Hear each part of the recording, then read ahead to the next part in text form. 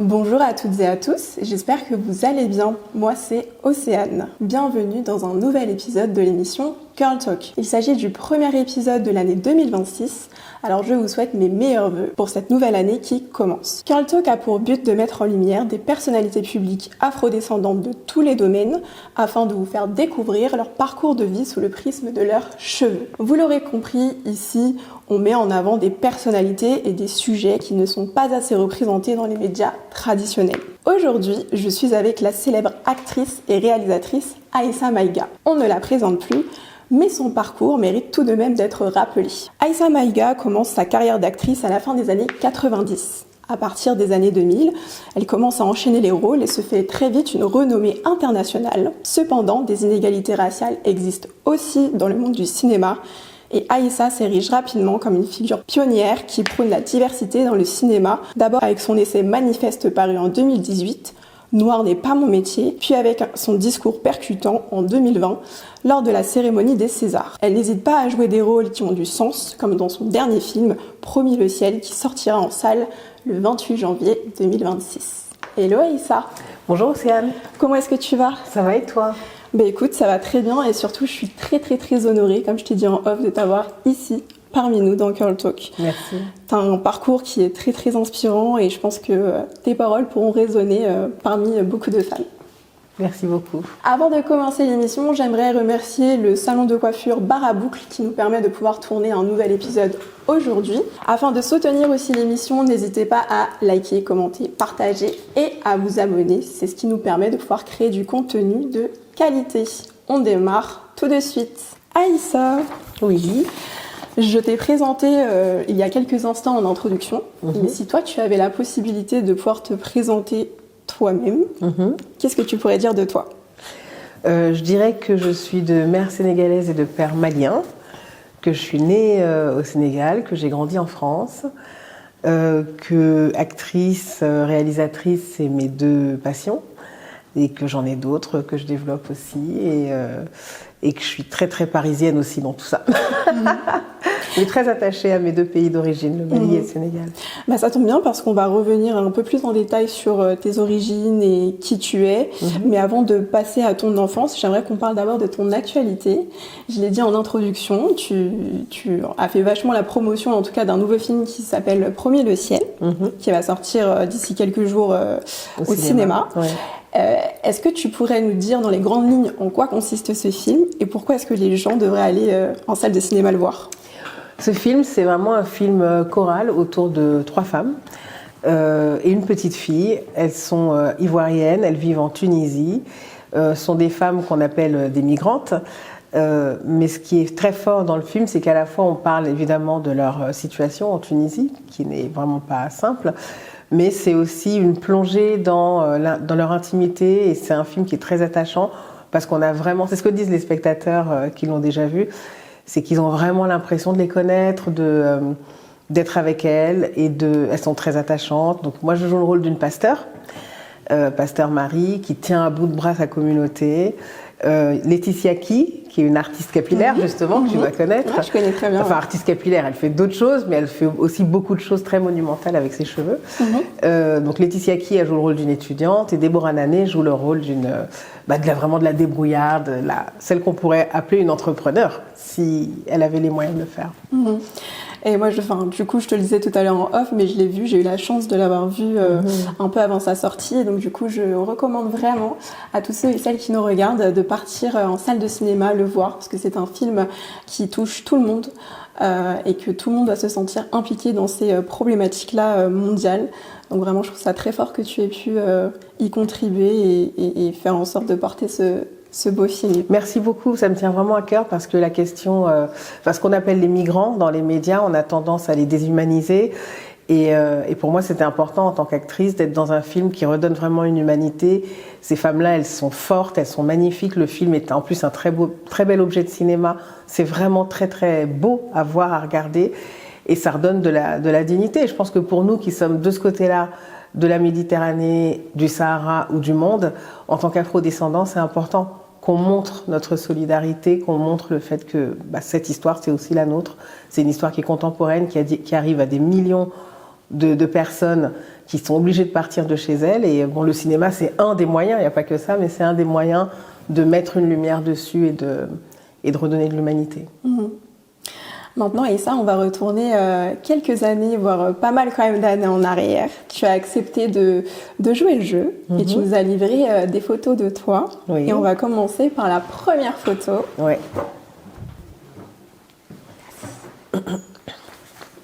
Celle-ci, je vais te donner le téléphone, où tu es toute jeune enfant. On te voit, les yeux vraiment rivés vers l'objectif. Oui. On voit déjà que tu avais l'air décidée déjà à ce jeune âge. Est-ce que tu veux bien décrire cette photo, nous dire où est-ce que tu as grandi? Tu nous l'as dit un peu tout à l'heure, mais peut-être recontextualiser la photo. Et est-ce que le cheveu, déjà à ce moment-là, est-ce que c'était une question? Est-ce que c'était quelque chose qui te parlait déjà aussi petite? Est-ce que chez toi, on avait l'habitude de s'en occuper ou pas? Alors, sur cette photo, j'ai environ 3 ans et demi, je pense. J'habite au Sénégal avec ma maman et peu de temps après, mon père va me récupérer et je vais venir vivre avec lui. Et ma mère reste au Sénégal. Elle, je la rencontre vraiment beaucoup plus tard, quand j'ai 17 ans. Donc, cette photo, c'est vraiment un des derniers moments que j'ai au Sénégal. C'est une photo qui me touche beaucoup parce que, bon, moi j'adore les enfants, donc même si c'est moi, je trouve cette petite personne trop mignonne. Mais vraiment trop mignonne. Et puis ce qui est, ouais, tu disais, il y a un truc déterminé, je sais pas, mais en tout cas, on voit vraiment mon regard sur cette photo. Après, moi, je vois plein de choses qui me touchent. Voilà, cette enfant, elle est comme beaucoup de gens, elle va être amenée à vivre beaucoup de choses dans les années, vraiment les années qui arrivent. Dans les 3, 4 ou 5 ans après, donc j'ai envie de la serrer dans mes bras en fait. Et par rapport aux cheveux, est-ce que tu as des souvenirs d'enfance précis? Ouais. Est-ce que pour toi c'était souvenirs de douleur ou de bonheur, ou est-ce que c'était juste un non-sujet? Ah, c'était un sujet. Les cheveux chez moi, donc ensuite en France, parce qu'au Sénégal je m'en souviens pas. Ensuite en France, oui je m'en souviens parce que... moi, je vivais dans un milieu où il y avait très très peu de noirs dans ma classe, par exemple, dans mon école, ou même là où j'habitais. Donc mes cheveux étaient vraiment un objet de curiosité. Ça pouvait un peu me fatiguer quand même. Et c'était un souvenir qui pouvait être à la fois un peu douloureux quand on me coiffait. C'était pas toujours dans la douceur, on va dire. Et en même temps, j'ai des souvenirs de moments très importants. Par exemple, quand j'ai 6 ans et que je dois aller au Mali en vacances, c'est toute une histoire. C'est vraiment... moi, je suis très pressée d'y aller. Mon père m'a beaucoup parlé de ma grand-mère, de mes cousins, de mes cousines, mes tantes, mes oncles, etc. Et on me coiffe. Et je me rappelle exactement de la coiffure qu'on m'a faite. C'était avec mes cheveux et c'était vraiment des tresses comme ça. Il y en avait, je sais pas, une dizaine. Et je me souviens aussi des boucles d'oreilles en or qu'on m'avait mises. Et voilà, ça, c'est des motifs de fierté. Donc c'était contrasté en fait. Il y avait ma vie française où c'était tes cheveux ils sont moches, ou quand j'avais des tresses couchées, tes tresses on voit ton crâne comme du caca. C'est vraiment des trucs d'enfant, mais qui blessent quand on est enfant. Et puis en même temps, le bonheur d'être bien coiffée, d'avoir une belle coiffure, c'était vraiment les deux en fait. Ok, donc toi en fait tu as réussi en quelque sorte à pallier les critiques, ou en tout cas à les masquer et à toujours faire en sorte de rester fière. Parce que pour toi, j'avais déjà l'impression que tu avais conscience que tes cheveux, ça révélait aussi ton origine et que du coup, c'était quelque chose dont il fallait pas avoir honte. Alors, c'était pas conscient comme ça et j'ai pas le souvenir qu'enfant, les adultes me l'aient dit. C'était pas des choses qui étaient nommées.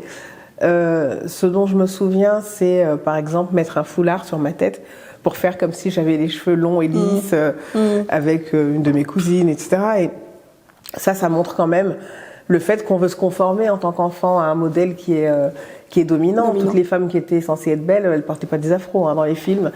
Elles étaient blondes et elles avaient les cheveux lisses, quoi. Donc je pense qu'enfant, j'ai été, même si c'était pas conscient, un peu désarçonnée, un peu où je devais sentir que j'étais pas complètement incluse, quoi. Et en même temps, par exemple, j'ai ma tante Rama qui m'avait offert 2 poupées. Donc déjà, j'étais contente et surtout, elle m'a appris à les tresser. Et là, je devais avoir autour de 5 ans, quelque chose comme ça. Donc dès l'âge de 5 ans, je savais déjà faire des petites tresses. Voilà, donc ça, c'était des manières... Ça, je pense que ma tante... Je sais pas, après, je lui demande, je n'ai jamais posé la question. Pourquoi elle m'a offert ces poupées? Est-ce que c'était juste parce que j'étais une petite fille et que c'était un peu le cadeau évident? Surtout à l'époque, on n'interrogeait pas ça, voilà. Ou alors, est-ce que c'est parce que je lui avais dit quelque chose de négatif sur mes cheveux? Je ne sais pas du tout. Mais à creuser, en ouais, tout je lui ai demandé. Du coup, on va avancer un tout petit peu dans le temps, Aïssa, avec la deuxième photo que tu as accepté de nous livrer. On te voit peut-être adolescente. Oui, ah ouais. Toujours un très beau visage, qui n'a pas changé. Merci. Sur cette photo, est-ce que tu as les cheveux naturels? Je me pose la question. Ouais. Bah, sur les deux photos, mon enfant, oui, évidemment. Oui. Mais et sur cette photo-là, on voit pas bien, mais je crois que je me suis fait un petit chignon, quoi, avec mes cheveux naturels. Et là, j'ai à peu près... Alors, attendez. Ouais, j'ai 15 ans, quoi. 14 ans, je sais pas. Donc, fin du collège, début du lycée, quelque chose comme ça? Non, je suis encore au collège. D'accord. Et là, je sais qu'à ce moment-là, je commence déjà à me faire on appelait ça des rastas, je sais pas pourquoi, mais des tresses, des tresses avec des rajouts. Bon, ça, j'adorais. Je pense que pour moi, c'était le mélange parfait entre la coiffure qui correspondait, en tout cas, c'est ce que je pensais, à la nature de mes cheveux, et quelque chose qui ressemblait plus à, je pense, au modèle dominant, en fait, quand on y pense. Mais c'était des coiffures que je pouvais voir dans les films, peut-être un petit peu dans la mode aussi. C'était pas un truc... Ça semblait plus accepté? Ouais, je pense. Ouais. Que les cheveux à l'air libre? Alors, les cheveux à l'air libre, j'ai pas le souvenir que c'était pas accepté. J'ai le souvenir que c'était vraiment un truc de curiosité. Ah, je peux toucher tes cheveux, c'est comme de la mousse et machin. Fatigant. Bon, c'était saoulant, mais à ce moment-là, je pense que je porte beaucoup mes cheveux. C'est soit les tresses, soit les cheveux naturels, en fait. Il n'y a pas tellement d'autres trucs. Et est-ce que autour de toi, parce que du coup, ça me fait penser à ça, est-ce que autour de toi, dans ton cercle proche, est-ce que tu avais des modèles de représentation qui t'ont poussé à toi t'accepter et à être fier de ce que tu étais, ou au contraire t'en avais pas forcément et c'est venu un peu de toi-même et de ton expérience de vie? Oui, j'avais des modèles dans ma famille, mes tantes, des amis de mes tantes, qui avaient... je me souviens, c'est marrant, non, j'ai pas le souvenir qu'elles portaient des perruques, mes tantes, pas du tout. C'était plutôt des coiffures... Il y avait deux choses, il y avait soit les tresses, plus ou moins élaborées, on va dire, des choses très simples ou des choses vraiment plus recherchées, plus travaillées. Et je pense qu'il y avait pas forcément du défrisage, mais du lissage au fer. Et d'ailleurs, j'ai un souvenir que quand je suis partie au Mali, la première fois quand j'avais 6 ans donc, on m'a lissé les cheveux au fer et ça fumait. Je savais pas, je connaissais pas moi. Est-ce que c'était le fer qu'on connaît maintenant à plaque ou le fer un peu peigne? C'était un peu peigne et très chaud. Oui. Avec le recul, je me dis mais un peu l'ancêtre de. Ça devait nous cramer les cheveux. C'est la seule fois où on me l'a fait. Ouais, okay. Et je pense que certaines de mes tantes devaient le faire elles, assez régulièrement. Et dans ma famille, il y a tout type de cheveux. De cheveux crépus, bouclés. J'ai une tante, plusieurs tantes d'ailleurs, qui ont les cheveux assez longs, très mousseux, mais assez longs. D'autres qui ont un cheveu vraiment dont la boucle est très resserrée. Mais j'ai pas le souvenir. On n'en parlait pas comme aujourd'hui en fait, c'est ça. La grande différence, c'est que ça n'était présent nulle part. Tu te débrouillais avec ce que tu avais dans ta famille ou chez le coiffeur. Moi, j'allais assez peu chez le coiffeur, c'était plutôt la famille. Et ensuite, vers la fin de l'adolescence, c'est là que j'ai commencé à aller un peu chez le coiffeur ou essayer de trouver une coiffeuse, une tresseuse. Et justement, ça m'évoque, en tout cas, cette dernière photo de toi. On te voit adulte, un peu plus âgé, mais toujours avec tes cheveux naturels. Et j'avais une petite question. Est-ce qu'en tant qu'actrice... Ah oui, ouais. Est-ce qu'en tant qu'actrice, c'était important pour toi de porter, ou en tout cas le plus souvent possible, ou quand tu pouvais, tes cheveux naturels, est-ce que pour toi c'est important que les gens qui te regardent puissent s'identifier à toi, ou c'était pas forcément quelque chose de conscient, encore une fois? D'accord. Cette photo, j'aimerais bien en parler parce qu'elle a été prise à Washington il y a un an, un peu plus d'1 an. Elle a été prise lors de la remise du prix du journalisme d'investigation Mohamed Maïga, Reporters sans frontières.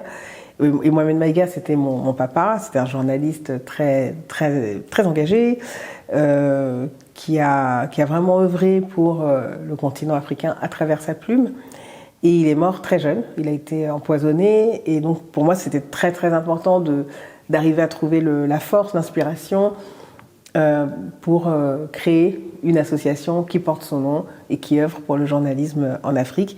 Et là, c'était la remise de la première édition du prix. Donc j'étais extrêmement émue. Et pour répondre à ta question sur les cheveux, moi je me suis beaucoup méfiée sur les plateaux de cinéma, des gens qui touchaient mes cheveux.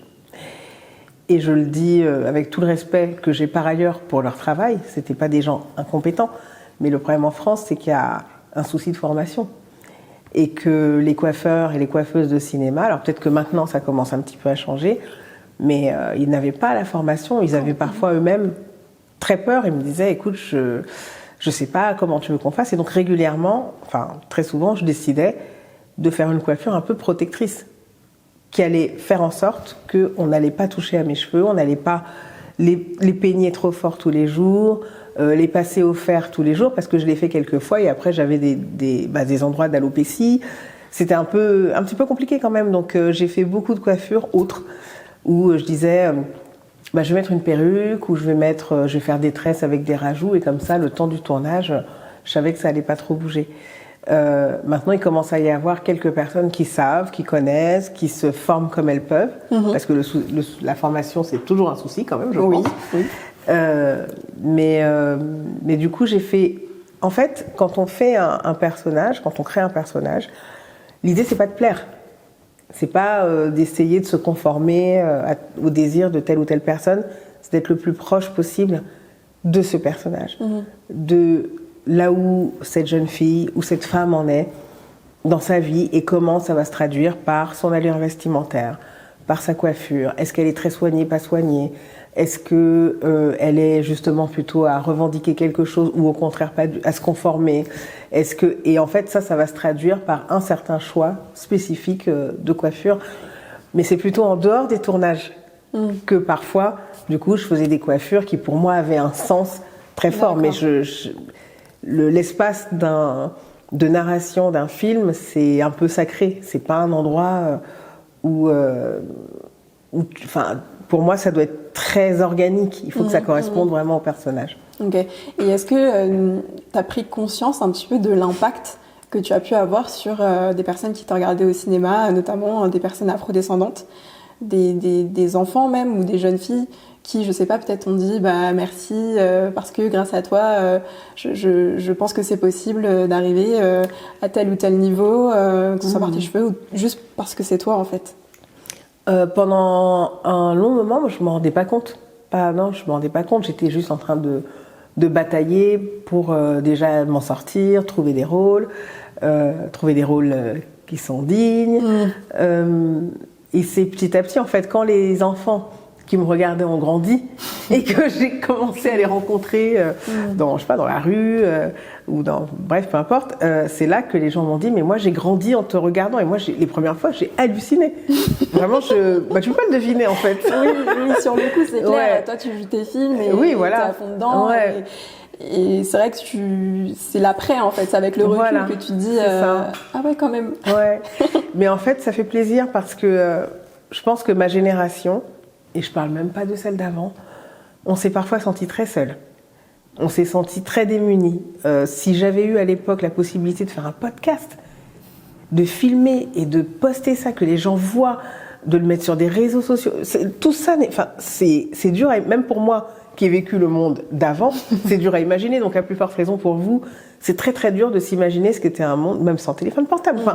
Du coup, tu vivais ton lot, tu vivais ta vie, tes problèmes, etc. Tu rencontrais des obstacles, mais sans pouvoir te relier de manière très facile au collectif. En fait, c'était très cloisonné. Hyper cloisonné. Et donc, quand tu avais la chance de temps en temps de rencontrer une actrice, par exemple Nadège Bosson-Diagne, qui est actrice aussi, on a commencé ensemble. La première fois qu'on s'est vus, mais on s'est tombé dans les bras alors qu'on se connaissait pas, parce qu'on s'est dit ah oui, toi aussi tu vis la même chose. Ah, c'est pas que moi, c'est pas dans ma tête, voilà. Et du coup, tous ces retours des gens qui ont grandi en nous voyant, ça fait du bien aussi, parce que moi je refais le film à l'envers et je me dis tu vois, c'était important. C'était important parce que dans un désert, ou dans la nuit, quand tu vois un phare, quand tu vois une lumière, ça te donne du courage.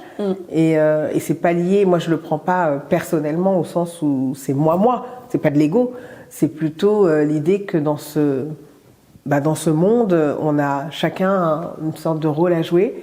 Et si moi j'ai pu à un endroit toucher les gens, leur donner du courage, leur donner de l'inspiration pour qu'ils se disent j'y ai droit aussi, c'est super. Aïssa, je suis sûre que celles et ceux qui nous regardent sont curieux et curieuses de savoir quels sont tes objets ou accessoires favoris concernant tes cheveux. Ah, concernant mes cheveux. Il me semble que tu en as amené quelques-uns. Oui, j'en ai amené un. Ok, donc tu peux commencer par celui-là si tu veux. Tadam. J'adore. Alors, mais qu'est-ce que c'est, Aïssa? C'est un foulard. Il est beau. En indigo. Alors moi, j'aime beaucoup les foulards parce que pour moi, le foulard, c'est vraiment, si on me parle d'un foulard, je vois tout de suite mes tantes au Mali. C'est vraiment l'image des tantis qui, en fait, ça faisait partie vraiment de leur tenue vestimentaire, d'avoir un foulard dans les cheveux, parfois même deux. Un premier attaché sur la tête, peu importe comment, et puis un deuxième. Tu me fais un tuto carrément et tout, trop stylé. Et puis un deuxième qui est un peu plus un tissu voilé qu'on pose. C'est vrai, comme ça t'es canon. C'est gentil, je sais pas ce que j'ai fait là. Un deuxième qui est posé comme ça. Et ça me rappelle le nord du Mali. Il faut imaginer vraiment, pour les personnes qui ne connaissent pas, la région de Gao, de Tombouctou. C'est vraiment les rues, enfin tout est en sable par terre. L'architecture est c'est vraiment soudano-sahélienne, c'est-à-dire faite de terre, ce qu'on appelle le banco, avec des maisons très rectilignes comme ça, et puis du vent qui va passer parfois, à certains moments qui va amener un vent qu'on appelle l'armatan, ou d'autres vents qui vont soulever des sables et tout. Donc la question d'avoir des tissus très légers qui te protègent, c'est vraiment un truc pratique et très très important. Pour les femmes, et puis pour les hommes, c'est les turbans. Et toi, est-ce que tu as l'habitude d'en mettre dans ta vie? Mais beaucoup. Il faut savoir que la plupart du temps, quand tu me vois avec un foulard, c'est qu'en dessous, il y a un problème. Ok. C'est que j'ai pas eu le temps de coiffer. Je suis un peu dans un entre-deux, etc. Mais ça peut aussi être parce que aujourd'hui, j'ai envie d'avoir, je sais pas, une tenue en fait. Et puis ça coiffe tellement bien, ça habille. Ça coiffe, ça habille. Quand il fait un peu frais, mais que tu n'as pas envie de mettre un bonnet, le foulard, voilà, ou alors tu peux aussi, je sais pas, faire un truc très, tu vois, finir une tenue très élégante, très chic, voilà. Donc voilà. Et ça, en plus, c'est des tissus, des techniques comment on appelle ça, de teinture, qui sont vraiment traditionnelles. C'est vraiment. Je pense que ça va, si c'est pas encore le cas, être classé au patrimoine mondial de l'UNESCO. Voilà, il faut le dire, il faut le poser là. Parce que c'est des techniques qui sont assez qui sont ancestrales, qui sont maintenues par souvent les femmes. Et c'est marrant parce que ce tissu indigo avec ce type de motif, on le retrouve dans 2 endroits, à ma connaissance, le Japon et l'Afrique de l'Ouest. Et c'est marrant de voir comment les cultures, qui sont quand même assez éloignées, se répondent. Voilà. Effectivement. Merci beaucoup, avec plaisir, de nous avoir partagé ce bel objet. Je ne sais pas, est-ce que tu en avais un second? J'en ai un second. Partage-nous, on est curieux, on veut tout savoir. Je ne pourrais pas vraiment le partager parce que il est... Bon, voilà, c'est un parfum. Ok, dis-nous tout. C'est un parfum, mais en fait, je l'ai vidé. Et en fait, avant de partir de chez moi, j'ai vu qu'il était vide, je me suis dit je prends pas, je prends un. Et je me dis non, prends-le. Ce parfum, il est très cher à mon cœur. Il s'appelle Ansongo, du nom de la ville où mon papa est né, la ville où vivait ma grand-mère, etc., où j'ai passé moi beaucoup de vacances. Et c'est le fruit d'un partage, d'une aventure commune. Alors c'est pas de moi l'idée à l'origine, c'est de Né. Né, c'est un magazine de parfumerie de niche. Et ils ont une collection qui s'appelle 1+1 et ils invitent une personnalité et un nez à collaborer et à faire un parfum. Donc il y a eu plein de duos comme ça. Ouais. Et moi j'ai été en duo avec Dora Bagriche, qui est parfumeur. Elle dit parfumeur. Okay. Et Dora, elle est d'origine algérienne, française, et elle a créé des parfums pour les plus grands. Cherche pas, tous les plus grands quasiment. Et donc on a travaillé à partir d'un fruit que je connaissais parce que je le mangeais quand j'allais en vacances chez ma grand-mère au nord du Mali. C'est le doum, le fruit du palmier doum. Et on a travaillé donc à partir essentiellement de ça, mais après il y a d'autres ingrédients. Et en fait, ce parfum, il en reste un peu. Tu peux le sentir comme ça, tu vois. Il a vraiment une. Ah ouais, il est vraiment unique. Ouais. Il a une vraie personnalité. Et en fait, c'est pour ça qu'il est fini. Du coup, où est-ce qu'on peut se Et j'en mets aussi sur les cheveux. Voilà, parfait. Et c'est vrai, comme ça, au moins, quand on marche, en plus d'avoir de l'allure, on s'en oublie. Et ça, c'est important. Ouais. Et je me demandais où est-ce qu'on peut se le procurer. Alors, on peut se le procurer de deux manières. Si on est à Paris, on peut se le procurer au bureau du parfum, rue du Château d'Eau, Paris 10e. Le bureau du parfum, rue du Château d'Eau, Paris 10e. Le message est passé. Ou alors sur Internet. On va sur www.nez.com, sans doute. Oui, de toute façon, on le mettra soit en barre d'infos, soit quelque part, histoire que vous soyez sûr de pouvoir vous l'acheter si vous en avez envie. Aïssa, j'avais une petite question, puisque tu es une célèbre actrice, tout le monde le sait. Mais est-ce que tu souhaitais déjà devenir actrice quand tu étais petite ? Toute petite, non. Je n'avais aucune idée, je ne savais même pas que c'était un métier en fait. Ensuite, adolescente, je pense que inconsciemment, oui. Mais je savais. En fait, quand j'allais, mais depuis l'enfance, quand j'allais, par exemple avec l'école, au cinéma ou au théâtre, je me souviens que oui, je regardais le film, mais je voulais savoir ce qui se passait derrière. Et je me souviens d'une fois où on nous a emmenés voir un spectacle. Je crois que c'était La petite fille aux allumettes. Une histoire tellement triste, mon Dieu. Et à la fin, quand tout le monde a commencé à partir, toute la classe, moi je suis allée en coulisses. Mais non. La folle. Mais attends, je me mets à la place de la prof, elle a dû tellement... grave. Et j'étais petite, j'avais, je sais pas, 6-7 ans, quoi. Okay. Et donc je suis arrivée dans les coulisses et je me souviens, je pense que c'était des régisseurs en fait, des gars qui marchaient comme ça, qui ramassaient des trucs et tout. Et j'étais là et je regardais, pour moi, j'avais besoin d'être de l'autre côté. Et bon, on est venu me chercher, ça s'est vite terminé. Et c'est vers la fin de l'adolescence que vraiment j'ai décidé. Tout à l'heure, tu as mentionné le fait d'avoir des rôles dignes et que ça n'a pas été facile pour toi d'avoir des rôles qui te correspondaient vraiment. Et je me suis demandé à partir de quel moment tu as pu ressentir une certaine frustration par rapport au rôle qu'on pouvait te proposer. Tout de suite, dès le début. Welcome, bienvenue. Non, ça a été très rapide. Il n'y a pas eu de grand...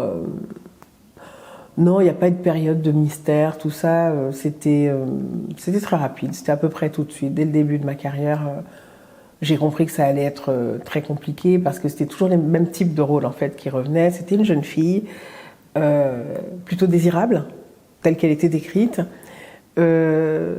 Malheureuse parce qu'ayant une famille sauvage. Et puis sauvée par un gentil ou une gentille personne blanche. Et j'ai retrouvé des choses que j'écrivais, une sorte de carnet de bord comme ça. Pour pas péter les plombs, en fait, j'avais commencé à écrire parce que ça me rendait folle. Parce que je comprenais pas pourquoi on était autant stigmatisés en tant que noirs. C'est après que je me suis rendu compte que pour les Arabes, les Asiatiques, c'est la même chose. Alors c'était soit de la stigmatisation, soit de l'invisibilité. Et bon, ça fait vraiment partie de mon parcours. En fait, ça m'a forcé aussi à m'interroger là-dessus, à me cultiver sur ces questions-là, à aller chercher, parce que les livres, on les trouvait pas comme ça, à aller chercher dans la littérature anglophone, notamment afro-américaine, de discuter avec des personnes dont c'était vraiment la spécialité. Ça m'a forcé aussi à discuter avec les réalisateurs, les réalisatrices, pour leur dire pourquoi tel rôle me semblait soit trop insignifiant, soit trop caricatural. Ça m'a forcé à être force de proposition. Ça m'a forcé à réécrire parfois des scènes quand on m'en donnait l'autorisation. Et voilà, en fait, ça a aiguisé mon regard critique. Et lors de casting ou de tournage, quelles ont été les remarques qui t'ont le plus touchée et ressentis-tu que peut-être les cheveux naturels pouvaient être un frein à un moment donné? Oui, les remarques, ce qui me revient tout de suite, c'est, par exemple, pour un personnage, je me dis, elle, c'est bien qu'elle porte une afro, je ne sais plus quel personnage c'était, et puis on m'a expliqué que ça prenait trop de place dans le cadre. Et je me disais, mais... Enfin, c'est quand même étrange, parce que dans la vraie vie, Enfin, c'est quand même, je trouve ça très étrange, très, voilà,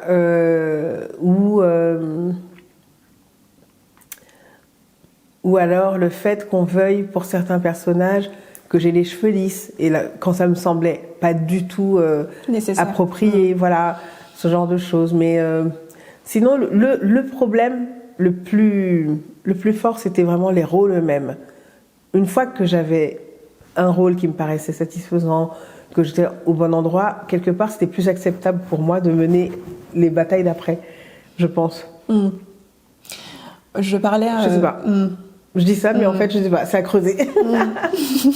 Mais c'est bien, justement, le fait qu'on en discute. Ouais. Ça permet aussi de faire, enfin, d'émaner, en tout cas, des réflexions. Oui. Et même, en tout cas, celles aussi qui nous regardent pourront, en commentaire, dire leur avis. Et je pense qu'il y a aussi des personnes, peu importe le métier, je pense qu'on se reconnaît tous et toutes. Dans le milieu du travail, c'est sûr que... Ouais. Donc, en introduction, Aïssa, je parlais de ton ouvrage manifeste paru en 2018 qui se nomme « Noir n'est pas mon métier », où plusieurs actrices ont également témoigné. Donc, tu parlais tout à l'heure de Nadège Bossondiane, mais il me semble qu'elle était aussi, qu'elle a pu témoigner dedans, Sonia Roland ou encore Khadija Touré. Est-ce que tu peux nous rappeler un petit peu, pour ceux et celles qui, en tout cas, n'étaient pas, qui n'étaient pas nées à cette heure-là, je veux pas, désolée. Je voulais pas. Ceux qui ont moins de 8 ans, quoi. Voilà. Est-ce que tu peux nous rappeler un peu tes motivations, pardon, et surtout, peux-tu nous partager ton regard honnête en 2026 ? Est-ce que les choses ont changé ? Alors, ce livre, c'était vraiment... je l'ai initié parce que j'avais envie qu'on porte une action collective. Donc, j'ai invité des actrices françaises, toutes noires et métisses, à venir témoigner. Donc, le livre, c'est vraiment un chapitre, une actrice, un témoignage. Et il y en a 16, puisqu'on était 16. Et ce qui était assez fort, c'est que c'est un truc qui n'avait jamais été fait en France, qui a été même assez peu fait ailleurs, y compris aux États-Unis d'ailleurs. Et le livre est sorti au mois de mai, juste avant le Festival de Cannes. On est allé à Cannes, on a monté les marches. C'était vraiment une manière d'attirer l'attention sur ce sujet-là. Et ça a été très très bien reçu par les médias, mais aussi par les lecteurs, les lectrices de tous horizons. C'était vraiment incroyable. Et ce qui était fort, je pense, c'était dans les retours qu'on a eus, c'était de dire mais vous êtes 16, vous n'avez pas le même âge, vous n'avez pas les mêmes origines sociales ou géographiques, vous n'avez même pas forcément les mêmes religions, vous n'avez pas les mêmes parcours, et pourtant vous vivez les mêmes choses parce que noir ou métis. Et ça a déclenché chez beaucoup de gens, je pense, une prise de conscience assez forte. Bon, 8 ans après, moi je trouve pas que les choses se soient métamorphosées. Hein. Ça avance, évidemment, parce que je pense qu'il y a beaucoup de travail qui a été fait, parce que petit à petit on commence à reconnaître les talents, quels qu'ils soient, mais c'est très lent. Aïssa, je pense qu'il faut qu'on parle français. Oui. Et est-ce que selon toi, une actrice noire, est-ce qu'elle est toujours cantonnée à un rôle de noir en 2026 ? La plupart du temps, oui. La grande majorité du temps, oui. Maintenant, moi, ce qui m'intéresse, c'est comment on décloisonne, en fait. Et je pense que quand on est acteur ou actrice, ce qui est important, c'est d'abord de travailler sur soi, travailler son instrument physique, émotionnel, aller se former, que ce soit en cours ou dans des stages régulièrement, travailler pour maîtriser d'autres langues. Le monde est vaste, il n'y a pas que Paris-la France. Évidemment l'anglais, mais aussi d'autres langues, nos langues africaines, être capable de travailler sur des différents accents dans les langues qu'on apprend, et puis, je sais pas, se déplacer, essayer vraiment de faire en sorte que les opportunités, le champ des opportunités soit plus large. Après, je pense que ce qui est important aussi, c'est d'arriver à trouver le moyen de créer des espaces pour le collectif. Le truc, c'est que faire des films, c'est très long. Faire un film, c'est très long. Aujourd'hui, je me pose à la table, je décide de développer un projet, ça va me prendre des années, et je ne sais pas si ça va se faire. Je ne sais pas si je vais pouvoir le financer. Donc ça demande vraiment un niveau d'abnégation qui est très fort. Mais moi, c'est à ça que je travaille aujourd'hui. En fait, là où j'en suis aujourd'hui de mon parcours, ce que je veux, c'est créer mon... En fait, je vais dire une chose très simple. J'ai un modèle. J'ai pas tellement des modèles dans ma vie, mais il y a une femme qui m'inspire énormément, que j'ai eu la chance de rencontrer, c'est Ava DuVernay, qui était à l'origine attachée de presse dans le cinéma aux États-Unis. Et à l'âge de 34 ans, elle a fait son premier film qui s'appelle Selma, sur la vie de Martin Luther King. Et c'est comme ça qu'elle est devenue réalisatrice. Bon, les États-Unis, c'est autre chose. Les structures de production ne sont pas les mêmes. La solidarité, la puissance de la communauté noire n'a rien, ni de près ni de loin. On peut se comparer à eux. Quand on cherche des financements, le financement privé a un rôle beaucoup plus important qu'en France. Mais moi, c'est ce que j'essaie de créer aujourd'hui à mon échelle. Voilà. En tout cas, on espère que ça... On manifeste fort pour les prochains mois et prochaines années, Aïssa. En parlant d'impact, en 2020, tu donnes encore un grand coup de pied dans la fourmilière avec ton discours poignant lors de la cérémonie des Césars, où tu y dénonces justement les injustices raciales dans le cinéma, qui portent encore trop souvent, comme on le disait, un regard stéréotypé sur les personnes racisées en leur donnant des rôles systématiques de dealers, de voyous, de femmes de ménage. Et moi, ce qui me titillait un peu, c'était de savoir comment est-ce que tu te sentais avant ton discours, pendant ce discours, et surtout, est-ce que tu avais conscience de l'impact que ça aurait après? Avant le discours, j'étais hyper malade. Peut-être que sans le savoir, j'avais le Covid, je sais pas. Mais j'étais très malade. Et c'est la raison pour laquelle j'avais dit, écoutez, les gens de Canal+, qui m'avaient appelé, j'aurais dit, là, je suis hyper malade, je sais pas si je vais y arriver. Et 2 jours avant, j'aurais dit, bah c'est bon, je tiens sur mes jambes, j'arrivais même plus vraiment à me lever. Donc voilà comment je me sentais. Je me sentais très faible en arrivant sur la scène des Césars. J'avais les jambes, ça faisait 3, 4 ou 5 semaines que je marchais pas, enfin que je restais allongée, donc j'avais les jambes hyper faibles. Et ça a ajouté quand même au trac. Mais je me sentais... en fait, on m'a invitée. Moi, je ne me suis pas imposée. Je suis venue parce qu'on m'a invitée. et donc, moi, j'avais demandé... Parce que c'était un contexte quand même assez explosif. Avec le... Black Lives Matter, avec tous les... Ouais, il y avait à la fois, pour parler que du cinéma, il y avait à la fois Roman Polanski, le réalisateur, qui faisait l'objet de 12 accusations de violences sexuelles et de viol, qui avait aussi 12 nominations. Il y avait Adèle Haenel, actrice, qui avait pris la parole sur la manière dont le réalisateur Christophe Ruggia lui avait fait subir des violences sexuelles entre l'âge de 12 et 15 ans. Il y avait des manifestations de féministes juste à l'extérieur des Césars, de la salle, qui manifestaient leur colère vis-à-vis de l'Académie des Césars. L'Académie elle-même venait d'exploser en plein vol parce que l'instance dirigeante, pour des raisons que je ne vais pas m'étendre ici. Donc c'était un peu explosif. Donc moi j'avais demandé à passer en début de cérémonie et avoir un temps de parole libre parce que j'étais en train de travailler sur le film qui faisait suite au livre « Noir n'est pas mon métier ». Et le documentaire que je faisais parlait de la même chose. La question de la représentation à travers les femmes noires au Brésil, aux États-Unis, en France. Donc moi, j'avais décortiqué les rapports du CSA, qui est devenu l'ARCOM, sur la présence ou non des personnes dites des minorités. Et donc, je voyais bien comment les choses bloquaient, que tout le monde le sait dans les instances de pouvoir, et comment on fait en sorte que ça bouge pas vraiment. Donc je savais exactement de quoi je parlais. Donc ça me donnait quand même de la force. Pendant, je me sentais, j'avais le trac, mais j'étais bien. J'avais un grand trac parce que c'est une question qui compte énormément pour moi, parce que c'est du poil à gratter. Je sais très bien qu'il y a des gens que ça va piquer, et en même temps. Dans la salle, tu te sentais soutenue ou? Je regardais pas tellement ça. Ce que je peux dire, c'est qu'à la fin, il y a eu des applaudissements qu'on n'a pas entendus depuis les écrans de télévision, puisque j'ai lancé le magnéto et qu'ils ont mis les extraits. Donc ça n'a pas été perçu. Et moi, je l'ai reçu, des applaudissements très appuyés. Mais après, j'ai bien vu la gêne de certaines personnes. Il y a un directeur de casting que je connais depuis... Non, mais c'était tellement drôle. On se voit à la fin. Il me dit « Ah, bah t'es là !» Tellement il était gêné.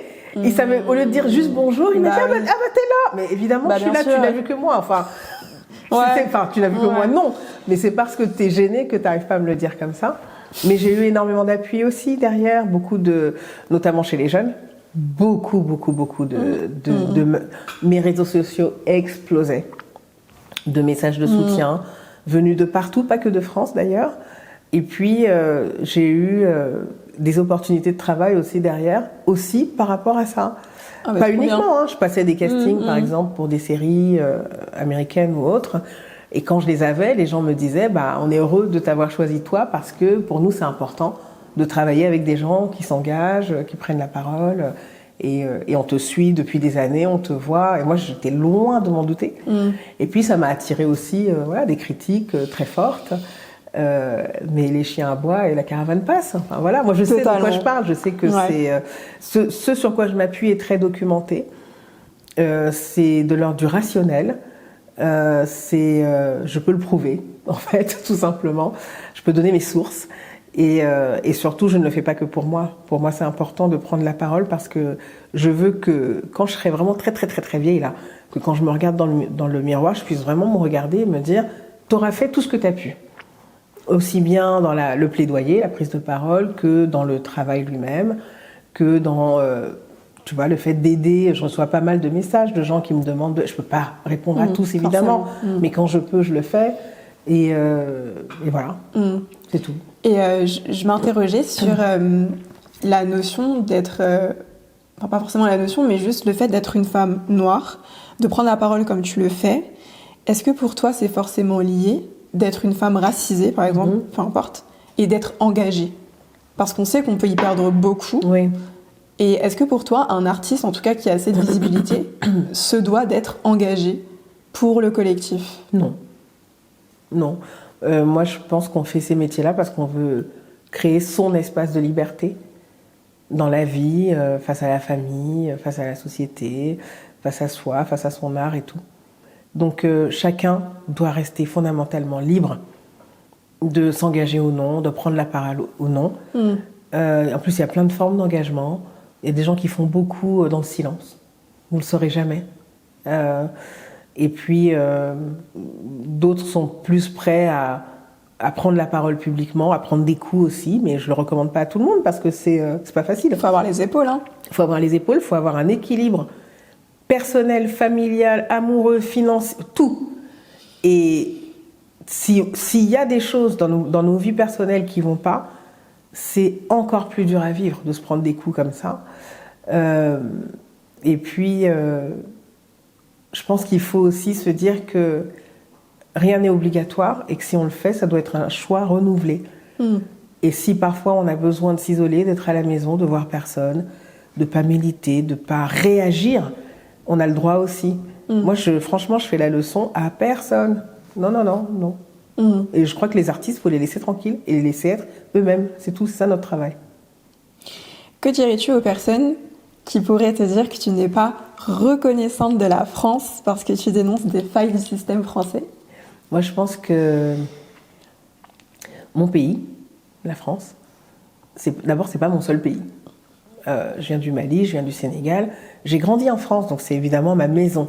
Mais j'ai des liens très puissants avec le Mali, le Sénégal, et je me sens appartenir aussi à une diaspora noire. Enfin, l'identité, c'est quelque chose de... C'est très personnel, c'est très complexe, c'est mouvant, c'est pas quelque chose de figé, c'est vraiment le résultat de beaucoup de choses. Ça c'est vraiment la première chose. La deuxième, c'est que je me sens très française. Et c'est à ce titre-là que je m'estime totalement légitime de dire, attendez, juste dans Paris, combien de fois il y a écrit liberté, égalité, fraternité? Si tu comptes les églises, n'importe quoi. C'est pas grave, c'est pas ok. Non, mais si tu comptes le nombre de mairies, le nombre d'écoles, le nombre de... Voilà. Tout ce dont on te baigne, tout ce dans quoi on te baigne en tant qu'enfant à l'école, le discours médiatique autour des valeurs françaises, etc. Quand c'est pas aligné, moi je le dis, mais j'estime que j'ai... Non mais justement, c'est parce que je suis française que j'ai le droit, et presque le devoir, je dirais, de pointer du doigt quand il y a des choses qui vont pas, parce qu'il n'y a aucune raison qu'on soit des citoyens, des citoyennes de seconde classe, qu'on passe derrière, qu'on se fasse discriminer en allant dans les boîtes de nuit, en allant dans le travail, voilà. Pour les appartements, et qu'on dise rien. Non mais ça va, on vous dérange pas? Sérieusement quoi. Enfin, je trouve ça dingue franchement, qu'on nous dise ça. Et merci à toi de le dire publiquement, parce que comme tu disais, c'est pas forcément évident pour tout le monde de le faire. Et je trouve ça bien d'avoir des personnalités publiques, peu importe leur métier dans le monde des médias, qui n'aient pas peur. Et je trouve que c'est bien aussi, ça montre pour la jeune génération qu'on est légitime en fait, de pouvoir parler, de se faire entendre, et qu'on ne devrait pas avoir peur d'être qui on est et d'être dans tous les espaces. Donc merci à toi pour ça. Je te remercie. Mais justement parce qu'on est français et qu'on est aussi à ce titre héritier d'une grande histoire de lutte, mais aucun des acquis sociaux en France, je parle de l'accès à la médecine, le droit à la santé, le droit d'avoir juste des congés, de se reposer en ayant des congés payés, le chômage, la liste est extrêmement longue. Tout ça, c'est le fruit, et je pense que ça, on ne l'a pas suffisamment à l'esprit, de batailles énormes, des couches populaires. Il y a des vies qui ont été éliminées. Pour ça, sur les barricades, des gens qui ont risqué tout ce qu'ils avaient pour acquérir cette dignité-là. Je ne vois pas pourquoi moi je ne me réclamerais pas de cette histoire qui est très puissante. Et on n'acquiert pas d'avancée sans combat. Alors je ne parle pas de combat, on n'en est plus là, on ne va pas s'entretuer dans les rues de Paris, tout va bien. C'est des joutes verbales, c'est des manifestations dans l'espace public, des choses comme ça, des écrits. Et heureusement qu'on garde cet esprit-là. On va repartir du côté des États-Unis, Aïssa, et on va se concentrer sur le film La Petite Sirène, qui est sorti en 2023. Et on sait que le rôle principal de la Petite Sirène a été joué par l'actrice américaine Hailey Bailey. Et à l'époque, en tout cas, ça a causé un débat autour de la couleur de peau et des personnages fictifs dans les films. En gros, on a pu entendre des choses comme elle est noire, mais la petite sirène, qui a dit qu'elle était noire? Pourquoi est-ce qu'elle devrait être noire? Dans le dessin animé, elle est pas noire. Est-ce que toi, tu comprends ce type de débat? Ah mais moi, je les regarde faire en mangeant des pop-corn. Hein. En vrai, non mais sérieusement, on est fatigué. Je me sens... Je me dis que c'est presque le signe qu'on a gagné. En fait, moi, je peux me retourner et voir l'étendue de tous les combats qui ont été menés avant moi, qui ont été et qui continuent à être menés par ma génération, et ceux qui sont portés par les plus jeunes. Et je me dis que sur le champ symbolique, on a gagné. Le game, il est plié. Le champ de la représentation, de ce que c'est que la représentation, ça c'est plié. Maintenant, sur le champ plus économique, industriel, c'est là où on n'a pas les outils du pouvoir entre les mains. Et faire du cinéma, c'est très aléatoire, c'est très difficile. Si on avait tous une baguette magique, on aurait tous complètement changé la donne. Mais c'est pas le cas.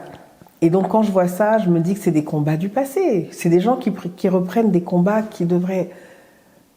Je sais même pas quoi dire. Parce qu'en plus, une sirène... je sais pas qui en a déjà vu. Oui, voilà, c'est ça aussi. Si les sirènes existaient, qu'elles avaient une couleur de peau particulière et qu'on voulait vraiment coller à la réalité, je veux bien. Mais jusqu'à preuve du contraire, les licornes et les sirènes, ça n'existe pas. Okay,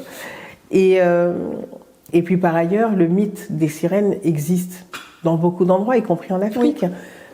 Chez les Songhai au nord du Mali, elles s'appellent Harakoidiko. Chez d'autres endroits, on les appelle, je connais pas les noms vernaculaires, mais c'est Mamiwata. Bon, c'est des figures qui sont censées être plutôt universelles, donc toutes les actrices devraient pouvoir jouer le rôle d'une sirène dans leur vie. Totalement. Tu as évoqué tout à l'heure le mouvement MeToo. Et j'aurais aimé savoir, Aïssa, est-ce que toi, à titre personnel, tu as déjà vécu de potentielles violences ou pressions sexuelles de la part d'hommes pendant des castings, des tournages? As-tu déjà ressenti que certains réalisateurs mettaient des scènes de sexe qui n'étaient pas forcément justifiées, afin d'alimenter l'hypersexualisation de la femme noire? Alors en fait, quand je me retourne, je me dis que moi, la chance que j'ai eue, c'est que j'avais pas beaucoup d'opportunités de casting. Franchement, quand les actrices françaises de ma génération ont commencé à parler et raconter toutes les situations scabreuses qu'elles ont vécues, je me suis dit, en fait, moi, à ce moment-là, je rêvais d'avoir autant d'opportunités qu'elles sans savoir ce à quoi elles étaient exposées. Donc j'ai été, de fait, un petit peu protégée. Après, oui, des réflexions, il y en avait plein. L'idée que les gens se sentaient un peu... ils étaient hypés par l'idée de faire des blagues de cul, en fait, je ne peux pas le dire autrement. Okay. Mais vraiment, un niveau... Et moi, souvent, je leur dis, mais en fait, tu sais, je ne suis pas choquée, là. Je suis juste saoulée. C'est juste que c'est même pas drôle, en plus. Voilà, ce genre de... C'était des atmosphères, plus ce genre de choses. Ensuite, il y a beaucoup de situations où ça n'avait pas lieu d'être aussi. Il y a des plateaux où ça n'est jamais arrivé. Ça dépend aussi de qui dirige, comment c'est dirigé, qui donne le là. Moi, je salue vraiment le courage de gens comme Judith Godrèche, dont le livre d'ailleurs va bientôt sortir, comme Nadège Bossondiagne aussi, avec Même pas peur. C'était un mouvement qu'elle avait fait par rapport à des choses qu'elle avait vécues dans le cinéma en Afrique, ou Adèle Haenel, ou d'autres qui ont eu le courage immense de briser ce tabou et de raconter ce qu'elles ont vécu et qui ont donné l'occasion à la société de réfléchir à ces questions-là. Et aujourd'hui, ça, plus des actions comme celles dans le collectif 50-50 qui ont mis en place tout un tas de jalons, de choses pour que ça n'arrive plus, pour que les producteurs, les productrices, qui sont les personnes en responsabilité, puissent savoir comment réagir quand il y a un problème comme ça qui se passe sur le plateau. Tout ça, ça crée un espace qui est en train d'être renouvelé. Et je crois, alors j'espère ne pas me tromper, mais qu'une jeune actrice ou un jeune acteur aujourd'hui est plus protégé quand il arrive dans le métier que ma génération ne l'était. Donc il y a vraiment des choses qui ont bougé de ce côté-là, comme quoi quand on veut, on peut. On a beaucoup parlé de négatifs par rapport au rôle dans le cinéma français, mais il y a aussi beaucoup de positifs dans ta belle et grande carrière. Et j'aimerais savoir quel est le rôle que tu as préféré jouer et pourquoi. Bon, il y en a plusieurs. Je peux en dire plusieurs ? Oui, vas-y, fais-toi plaisir. Alors, il y a très longtemps, j'ai joué dans un film qui s'appelle Bamako, d'Abderrahmane Sissako, qui est le procès de la Banque mondiale, du FMI, dans la cour d'une maison africaine. Et je joue le rôle d'une chanteuse. Ça, c'était un tournage incroyable. Puis on tournait à Bamako, au Mali. Moi, j'étais allée jusque-là que pour les vacances. C'est la première fois que j'y travaillais et tout, c'était important. Et c'est un film qui a eu une résonance très forte. Et le film est encore étudié dans des facs, notamment aux États-Unis. Il fait partie de certains cursus dans certaines universités. Alors, il y a une série qui n'est pas sortie qui s'appelle King Shaka. Et je ne sais pas quand est-ce qu'elle va sortir. Pour l'instant, on ne sait pas. Et c'est l'histoire de Shaka Zulu, le héros, on pourrait dire sud-africain, même si l'Afrique du Sud n'existait pas en tant que pays à l'époque. Et je joue le rôle de Queen Nandi, sa mère, qui était une femme très puissante, qui a fait de son fils un empereur. Le film Promis le ciel, qui sort là dans quelques jours. Promis le ciel, pour moi, c'était une histoire importante de parler de ce que vivent les femmes migrantes. Pour moi, c'était très important. De raconter cette migration au sein du continent africain, c'était très important aussi, puisque 80% des Africains, quand ils se déplacent dans les pays du continent. Et puis, il y a tous les rôles que je vais faire. Voilà, des projets dont je ne peux pas encore parler. Okay, on a hâte de voir ça. Des choses à venir. Ouais. On a hâte de découvrir tout ça sur nos écrans bientôt, Aïssa. Je te l'ai dit en off, mais je te le redis, tu es une femme vraiment magnifique. Merci beaucoup. Et est-ce que tu Je suis refaite là. Il faut profiter quand on... Non mais vraiment, je le pense sincèrement, c'est vraiment trop belle. Et ressens-tu la pression de devoir être constamment jolie ou belle en étant actrice, car c'est aussi un métier d'image?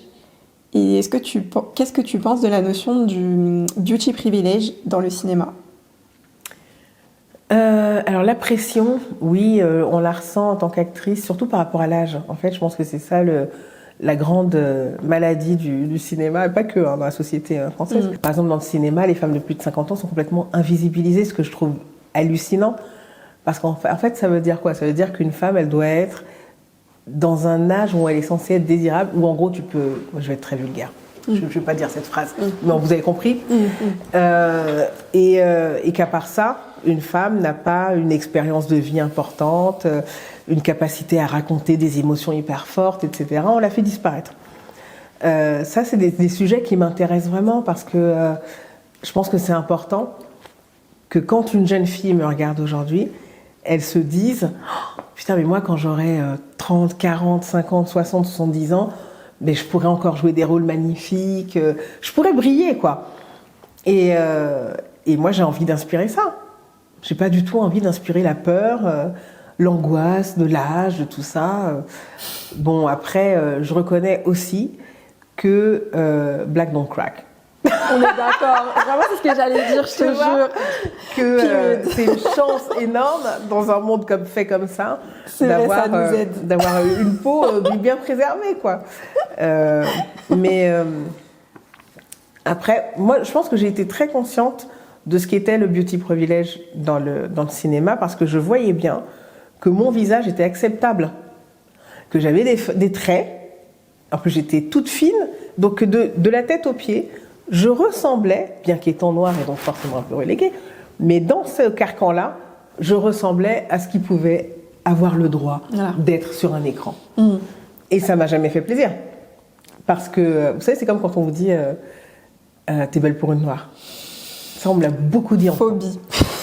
Enfant, adolescente, on me l'a beaucoup dit. Ouais. Ah, wow. Et c'est un truc qui m'enrageait. Et les gens en face avaient sincèrement l'impression de vous faire un compliment. Donc, et pour moi, c'est un peu la même chose. C'est-à-dire que dans le cinéma, il faut qu'on arrive aujourd'hui à faire de la place pour des physiques qui sont moins conformes à l'idée qu'on se fait de la beauté. Parce que la beauté, c'est pas forcément des traits très symétriques ou avec un nez comme ci, des yeux comme ça, etc. Mais je trouve que ça change dans le cinéma anglo-saxon. Je trouve que on commence à avoir des gueules quand même plus intéressantes, y compris chez les femmes. Et voilà. Bah, on espère que tout ça va bouger, quoi. On espère fort. Ouais. Tout à l'heure, tu as abordé la notion des réseaux sociaux et que ça impactait aussi le cinéma. Et dans le cinéma, on a de plus en plus de nouvelles actrices qui étaient à la base des influenceuses. Ça peut être aussi des hommes, hein. Donc on a aussi des exemples. On peut parler de Paola Locatelli, de Cassandra Cano, Mister V et d'autres. Penses-tu que ces créateurs de contenu-là ou influenceurs voleraient la place de ceux et celles qui sont formés ou qui auraient travaillé dur ou toute leur vie pour devenir acteur, actrice? Chacun sa chance. Moi, je pense que dès lors qu'on a du talent et qu'on a aussi l'humilité d'aller chercher le talent, c'est-à-dire de travailler, de préparer un rôle, de se faire coacher, d'aller dans une école, etc. Si tu as l'occasion qui vient et que tu es influenceur, mais tant mieux. Enfin, je veux dire, je pense que si on commence en tant qu'artiste à trop se comparer et à retirer une forme de frustration vis-à-vis d'Attends, il y a toujours plus beau, plus jeune, plus grand, plus fort, plus machin que soi. Donc, moi, je pense que quand tu commences à te comparer et à regarder ça avec de la frustration, t'es mort. Ce qui est important, c'est de continuer à travailler sur soi, de faire de la thérapie si on en a besoin, d'aller au sport si on a le... Si on en a l'envie. Je me disais, toi là, t'es pas allé au sport là ces derniers temps. Voilà, de faire tout ce qu'il faut, quoi. Bref, faut le faire. Il faut pas regarder ce que font les autres. Et le talent est partout. Parfois, il y a des gens qui déboulent. Par exemple, Promis le ciel. Oui. Erige, la réalisatrice, a l'habitude de travailler avec des acteurs non professionnels. Vous regardez le film, vous n'allez pas vous dire pro, pas pro. Non, il y a des gens mais ils ont ça en eux et c'est comme ça. Et pour finir, moi je connais pas le travail des personnes dont vous m'avez parlé. Donc j'ai pas d'avis. Oui.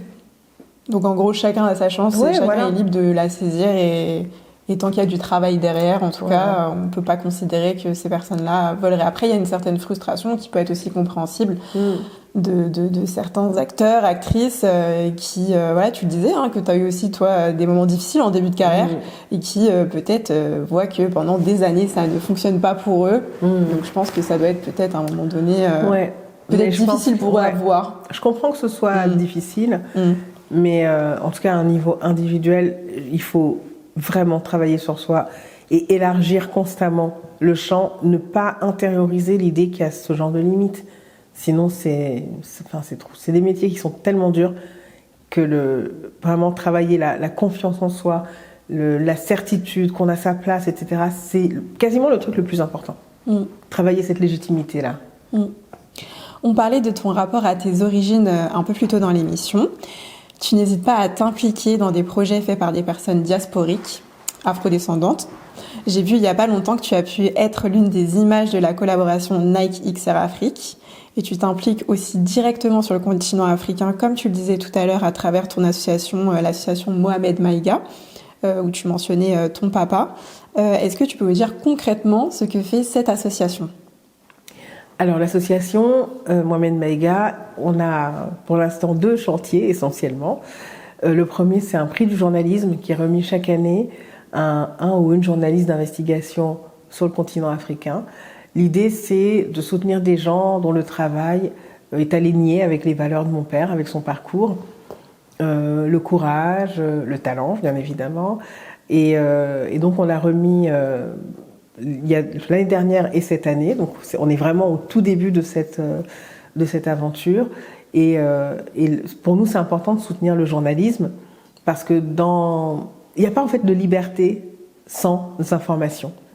Et c'est les journalistes qui nous donnent l'information. Et les journalistes sont souvent la cible, on le sait. Ils font face à des risques de prison, d'assassinat, d'exil, de très grande précarité aussi. Et pour nous, c'est important d'apporter donc ce prix et une dotation financière chaque année à une personne. Et le deuxième projet, qu'on va démarrer incessamment sous peu, et j'en reparlerai bientôt, c'est un système de bourse pour des étudiants en journalisme. On fait ça en partenariat avec le CESTI, qui est l'école de journalisme qu'a fréquenté mon père au Sénégal. Okay. Donc lui, il arrivait du Mali, il est allé à Dakar faire ses études. C'est comme ça que je suis arrivée. Et puis, et donc on va soutenir un certain nombre d'étudiants, d'étudiantes dans leur cursus et leur demander de remettre un travail, presse écrite, radio ou télé, qui parlera soit de l'association, soit de mon père, soit d'un de ses articles, soit qui s'alignera tout simplement avec ses valeurs. Franchement, incroyable. Et c'est des beaux projets. Donc, je suis vraiment fière que tu puisses ici nous livrer tout ça. Donc, n'hésitez pas aussi à aller voir. Je crois qu'il y a des petits réseaux sociaux, des petites choses en lien. Et je pourrais les mettre aussi pour que l'audience n'hésite pas à s'y rendre. On en parlait tout à l'heure, Aïssa. Quels sont tes futurs projets ? Je ne sais pas si tu peux nous en dire un peu plus. Ce que je peux dire, c'est qu'il y aura un film qui s'appelle Juste après l'aube, dans lequel je joue le rôle du... Bon, c'est un film de science-fiction hyper tendu, avec vraiment une situation assez extrême sur Terre. Et sans rien dévoiler, c'est un super beau rôle. Moi, j'ai adoré. C'est d'Olivier Boileau. Il y a un autre film qui s'appelle Killing of a Nation, qui est un film d'un réalisateur mexicain qui s'appelle Carlos Bolado. Et ça parle de Jovenel Moïse, le président haïtien qui avait été assassiné il y a quelques années. Et je joue le rôle de la femme de Jovenel Moïse. Ça, ce serait avec l'acteur anglais Amal Amin et puis Jimmy Jean-Louis, qu'on ne présente plus. Et puis, il y a un téléfilm réalisé par Corinne Maziero dans lequel je suis en binôme avec Romane Boringer sur le mal logement. Enfin voilà, c'est des projets tous très différents les uns des autres. Et après, il y a d'autres choses qui sont prévues, des tournages. Et voilà. Bah, trop bien. Et puis je me mets à la production, bon ça j'ai déjà dit. Oui. Mais ça c'est un travail un peu de longue haleine. Avant et tu souhaites produire des beaucoup d'histoires sur le continent. Ok. Ouais. Films et séries sur le continent africain, s'il fallait préciser. Ouais. Et puis des projets aussi qui se passent entre soit la France et un pays africain, soit, enfin voilà, c'est des productions et des coproductions. En tout cas, on sera là pour voir ça dès que ça sort et merci. On te souhaite le meilleur pour la suite, Aïssa. Merci beaucoup. Aïssa, on arrive à la fin de l'émission. Quel est le ou la prochaine invitée que tu aimerais voir dans Girl Talk ? Rokhaya Diallo ? Vous l'avez déjà reçue ? Je suis en discussion et je croise trop les doigts pour que... elle va venir, Il faut lui dire, dites-lui bien, parce que depuis, ça fait... Voilà. Faut s'accrocher, parce qu'elle a un emploi du temps bien chargé, mais ça va marcher. Ouais, je croise tous mes doigts. Awali, qui est chanteuse. Bon, là, j'ai vraiment parlé de mes potes très très proches. Après, il pourrait y avoir Mélissa Lavo, qui est chanteuse haïtienne, elle vit à Paris. Fatoumata Diawara, qui est chanteuse aussi. Il pourrait y avoir... mince, comment elle s'appelle? Elle est écrivaine. Laurent Safou, qui est écrivaine. Oui, ça me dit quelque chose. Oui. Qui est très très douée, qui a plein de choses à raconter, notamment sur le cheveu, parce qu'elle avait fait un livre pour enfants qui s'appelle un millier de papillons noirs, ou comme un millier de papillons noirs. Elle est vraiment absolument passionnante. Ah ouais, elle, ce serait génial aussi. Ok. Ouais. Bon, en tout cas, c'est une belle liste, Aïssa. Et je nous souhaite ça pour soit 2026, soit très rapidement. Mais voilà, en tout cas, on vous attend sur notre plateau. C'est la fin de l'émission. Merci à vous d'avoir regardé jusqu'au bout. Merci à toi, Aïssa, d'avoir été parmi nous. Merci Océane. C'était un plaisir. Partagé. N'hésitez pas à suivre Aïssa Maïga sur ses réseaux sociaux, ils vont s'afficher juste en bas. Je vous dis à très bientôt et n'oubliez pas que dans Curl Talk, on parle cheveux, mais pas que. Ciao ciao.